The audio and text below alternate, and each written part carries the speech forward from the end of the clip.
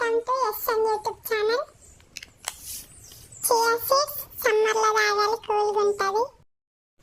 వీటిని chia seeds అంటారు, తెలుగులో సబ్జా గింజలు. బెనిఫిట్స్: వెయిట్ లాస్, మంచి ఉంటుంది. నైట్ లీటర్ వాటర్ బాటిల్లో 2 స్పూన్స్ నానబెట్టాలి, మార్నింగ్ తాగాలి. బాటిల్ తీసుకోవాలి, ఫుల్ ఆఫ్ వాటర్ 2 స్పూన్స్ వేసుకోవాలి.